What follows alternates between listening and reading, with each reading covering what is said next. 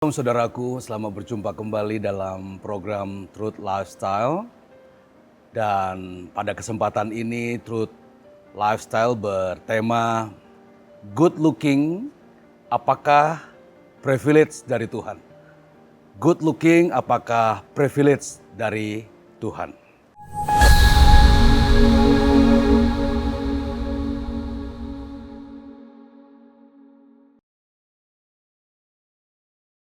Namun sebelumnya mari kita berdoa. Bapa di dalam surga, kami mohon agar apa yang kami sampaikan berkenan di hadapan Tuhan. Biarkanlah apa yang kami dengar dari pemberitaan firman Tuhan kali ini dapat bermanfaat untuk mengajar kami, untuk mendidik kami dalam kebenaran. Tuhan tolonglah kami agar kami dapat memenuhi apa yang Tuhan ingin kami lakukan dalam kehidupan kami. Di dalam nama Tuhan Yesus kami berdoa, kami mengucap syukur, haleluya. Amin, amin.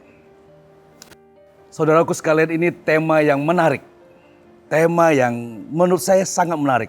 Pada waktu saya menulisnya pun, saya sangat menarik ya. Good looking, apakah privilege dari Tuhan? Ya, saya mengapresiasi atau saya memberikan penghargaan kepada perumus dari judul ini ya, judul ini. Nah, mari kita samakan dulu persepsi kita tentang good looking ya. Good looking atau biasa disebut dengan atraktif dapat diartikan sebagai sesuatu. Jadi good looking itu adalah atraktif yang dapat diartikan sebagai sesuatu atau seseorang yang menarik. Sesuatu atau seseorang yang bagus apabila dipandang. Ya, atraktif sebagai sesuatu yang menarik ketika sesuatu atau seseorang itu enak dilihat. Ya, jadi jika kata good looking ini dikenakan kepada manusia, maka pada gender laki-laki, good looking dapat juga disebut sebagai ganteng, ya, tampan, rupawan, itu untuk laki-laki. Sedangkan yang bergender perempuan biasanya good looking itu sama dengan cantik, molek, ya. Kurang lebih seperti itu. Nah, kita masuk ke persoalan inti. Pada umumnya, manusia memiliki standar. Manusia memiliki ukuran penilaian berkaitan dengan good looking, cantik atau tampan ini.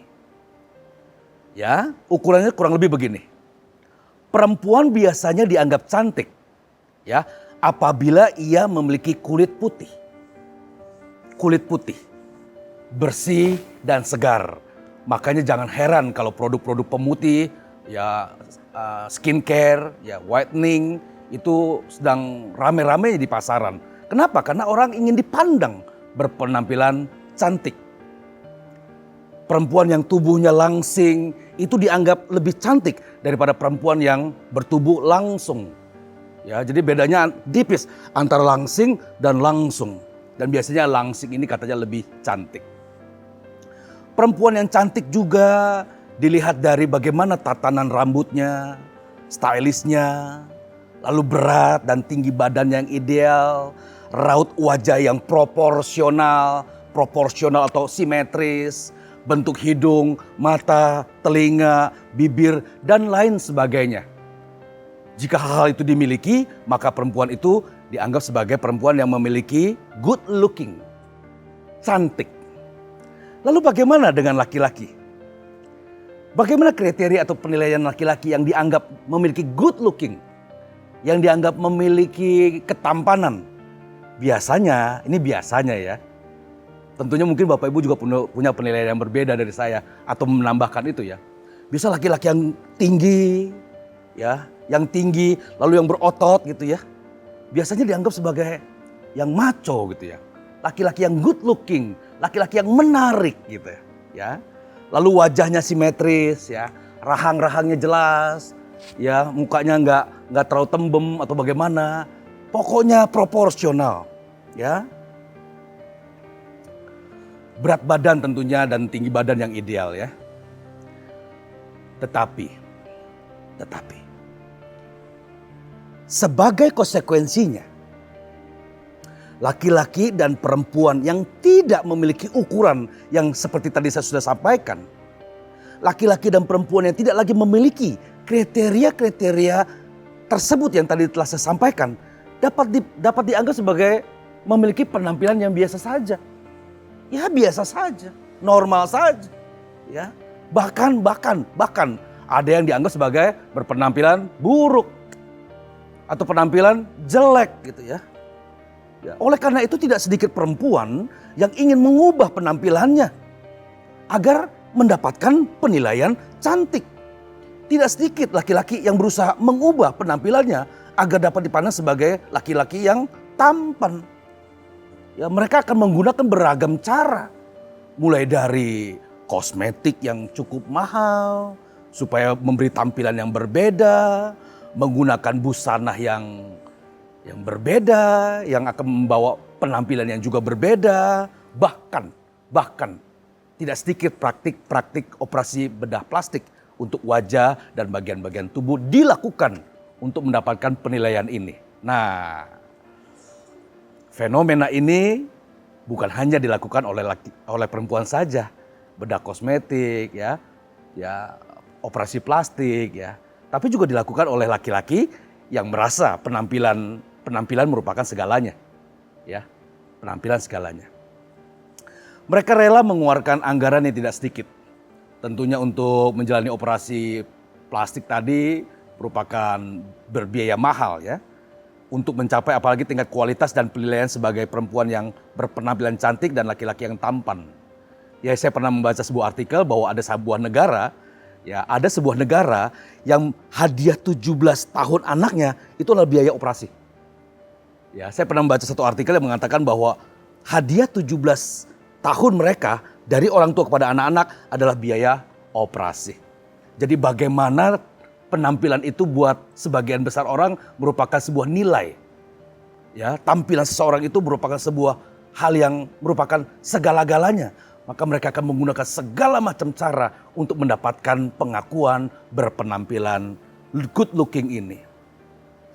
Namun bagi yang tidak punya kemampuan keuangan ya bagi mereka-mereka yang mempunyai keuangannya pas-pasan, keuangan yang tidak memadai, ya jangankan untuk operasi plastik ya. Ya. Untuk operasi motor supaya baik saja perlu perjuangan gitu. Jadi mereka tidak dapat berbuat apa-apa ya untuk memiliki standar kecantikan yang biasanya orang jalani. Ya sudah apa adanya. Biasanya orang-orang demikian berkata demikian. Bapak Ibu Saudara sekalian, saya menyampaikan sebuah premis. Pemikiran.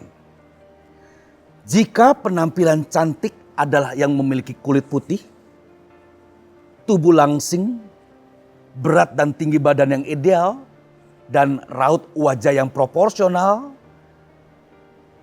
dan ketampanan adalah yang memiliki tubuh yang tinggi dan berotot, wajah simetris, dan berat yang ideal, mengapa Tuhan tidak menciptakan semua manusia cantik dan tampan? Mengapa Tuhan tidak menciptakan saja langsung manusia menjadi cantik dan tampan menurut ukuran manusia? Dengan demikian timbul sebuah kecenderungan adanya pemikiran bahwa yang cantik dan tampan itu adalah pemberian khusus dari Tuhan. Pemberian yang khusus hanya diberikan kepada orang-orang tertentu saja. Sebaliknya yang berpenampilan biasa, bahkan berpenampilan lebih buruk atau jelek, kurang atau tidak mendapat perhatian khusus dari Tuhan.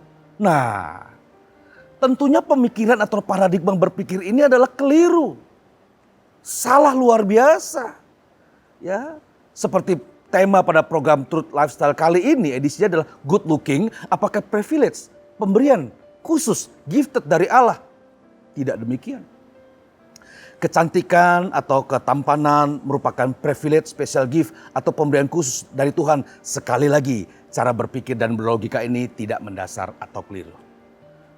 Pada tahapan kenyataan, ya, pada aras kenyataan, biasanya ya, biasanya laki-laki yang merasa tampan itu bisa memperdaya perempuan loh. Nah pertanyaannya, apakah ada perempuan yang mau diperdaya oleh laki-laki yang berpenampilan apa adanya? Nah ini jadi bahaya gitu, jadi negatif. Jadi kalau laki-laki yang belum dewasa, dia merasa ganteng, tampan, menarik, dia akan berusaha memperdaya perempuan-perempuan lain. Wah ini kan bahaya. Sebaliknya perempuan-perempuan yang merasa cantik, merasa berpenampilan baik, dia bisa menggoda laki-laki yang lain loh. Dan ini menjadi hal yang diskonstruktif tentunya. Jadi saya katakan bahwa kecantikan, kegantengan, good looking, apakah privilege dari Tuhan Allah? Bukan. Ini pemikiran keliru. Pemikiran yang tidak mendasar. Saya mengajak Bapak Ibu untuk mengamati ya. Coba ya. Jika diamati dengan saksama, dengan kita melihat lingkungan, maka didapati satu simpulan. Apa itu simpulan? Kecantikan dan ketampanan itu relatif. Apa maksudnya relatif? Maksudnya adalah masing-masing orang memiliki pandangan dan cara penilaian yang berbeda tentang kecantikan. Tentang ketampanan. Masing-masing punya penilaian sendiri-sendiri. Ya, satu fakta empiris lainnya. Nah ini premis-premis ini saya sampaikan. Satu fakta empiris lainnya begini. Berapa lama sih kecantikan itu bertahan? Kalau kecantikan itu membawa kerugian, kerusakan orang lain, itu kan menjadi diskonstruktif tentunya. Berapa lama kecantikan bertahan kalau orang menjadi sombong, angkuh dengan kecantikan yang ia miliki? Berapa lama sih ketampanan itu bertahan? Enggak lama Bapak Ibu. Percayalah enggak lama. Dengan bertambahnya usia, ketampananmu bisa merosot. Dengan bertambahnya usia, kecantikanmu bisa memudar loh. Apalagi untuk perempuan-perempuan yang sudah menikah dan memiliki anak. Wah, bisa berkurang, bukan berarti hilang, bisa berkurang. Lalu adanya permasalahan berat dalam keluarga yang kau hadapi, itu bisa juga membuat raut wajahmu bisa berubah gitu dari kecantikan dan ketampananmu. Apalagi kalau sampai kita didera oleh sakit penyakit loh. Ini bisa berubah loh. Wajah yang tadinya kencang di sana sini, tetapi begitu sakit, itu bisa dikendor sana kendor sini loh. Nggak lama jadi Bapak Ibu kalau orang mengatakan kecantikan dan ketampanan itu merupakan privilege daripada Tuhan, ini sesuatu yang keliru, ya, keliru. Saya ingin mengajak Bapak Ibu sekalian agar realistis. Ya, realistis. Apa realistisnya? Apa yang nampak, yang berwujud, yang nyata akan segera berubah. Apapun itu, termasuk ketampanan, termasuk kecantikan, akan berubah, beringsut layu. Pasti. Menjadi tua itu otomatis. Sebuah kepastian, sebuah keniscayaan. Kecantikan dan ketampanan pun akan berubah. Firman Tuhan dalam 2 Korintus 4 ayat 16 mengatakan bahwa manusia lahiriah akan semakin merosot. Jelas Bapak Ibu? Ini hukum yang tidak dapat diganggu gugat. Manusia lahiriah kita akan semakin merosot. Pasti. Pasti. Jangankan kecantikan atau ketampanan yang merosot. Jangankan kecantikan parasmu. Jangankan ketampanan penampilanmu. Organ-organ, fungsi organ-organ dalam tubuhmu pun akan segera menurun. Seiring dengan adanya usia. Bertambahnya usia. Daya tahan tubuhmu atau imunitas terhadap bakteri akan lemah. Dan akan menyebabkan engkau akan didera dengan berbagai penyakit hinggap di dalam tubuh kita. Itu fakta. Yang tidak bisa kita lupakan. Jadi kalau ada orang mengatakan dia berperilaku sombong angkuh karena dia lebih cantik dari yang lainnya. Atau dia berlaku angkuh karena dia merasa lebih berpenampilan lebih dari yang lainnya. Tampan lebih daripada yang lainnya. Bukankah hal itu jadi, mohon maaf, jadi bodoh kita. Kenapa? Untuk hal-hal yang akan beringsut layu, hilang dan lenyap, kita berperilaku demikian. Sayang, cara pemikiran yang tidak mendasar yang saya sampaikan tadi. Bahkan, firman Tuhan dalam Amsal 31 ayat 30. Nah, ini biasanya ayat yang biasa digunakan para laki-laki untuk menilai pasangannya begini. Amsal 31 ayat 30 berkata begini. Kemolekan adalah bohong. Nah, Bapak Ibu percaya nggak? Bapak Ibu mau percaya nggak bahwa kecantikan adalah sia-sia? Ngomong begini bukan berarti Bapak Ibu nggak boleh, ibu-ibu nggak boleh cantik loh. Harus cantik. Tetapi jangan sampai dengan kecantikanmu itu kau punya nilai. Jangan sampai ketampananmu engkau jadi berlaku sombong. Akan menjadi sia-sia. Tuhan katakan, tetapi istri yang takut Tuhan dipuji-puji. Kalau sedikit saya boleh tambahkan sedikit. Tetapi suami yang takut akan Tuhan dipuji-puji. Jadi suami dan istri yang takut Tuhan, walaupun tidak ganteng, walaupun tidak tampan, walaupun tidak cantik di mata manusia, dipuji-puji Tuhan. Bukan hanya dipuji-puji manusia. Pujian manusia akan hilang lenyap, Bapak Ibu.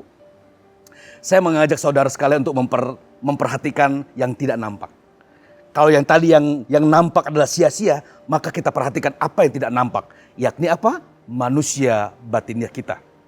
Manusia batiniah yang memiliki belas kasihan, kemurahan, kerendah hatian, kelemah lembutan, kesabaran, suka mengampuni, memaafkan, dan melupakan. Apakah Bapak Ibu memperhatikan manusia batiniah dalam diri kita?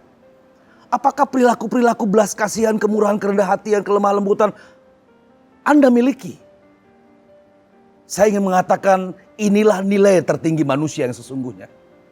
Inilah nilai hakiki manusia yang sesungguhnya. Bukan terletak pada apa yang nampak semata. Tetapi apa yang tidak nampak. Yang bernilai kekal. Pernyataan ini tidak membuat kita menjadi berperilaku sembarangan tentunya.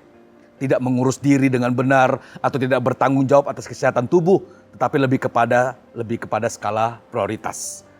Jika manusia batiniahnya terpelihara dengan baik, maka akan memberi dampak yang signifikan kepada pemeliharaan tubuh lahiriah sebagai tanggung jawab. Jangan dibalik. Menjaga dan merawat manusia lahiriah tidak serta-merta berdampak kepada kesehatan manusia batiniahnya. Jadi jangan dibalik. Perhatikan manusia batiniah kita, maka dia akan berdampak kepada manusia lahiriah kita. Dengan demikian saudaraku, apakah kecantikan atau ketampanan merupakan pemberian khusus dari Tuhan? Jawabannya adalah bukan, melainkan tanggung jawab. Jangan sampai wajahnya cantik, dalamnya rusak. Jangan sampai wajahnya tampan, hatinya jahat. Kepada yang merasa cantik dan parasnya, dan kepada yang merasa tampan penampilannya, jangan sombong. Jangan angkuh. Saudara punya tanggung jawab agar manusia batiniahmu cantik dan juga tampan. Selamat berjuang Bapak Ibu. Tuhan Yesus memberkati. Amin.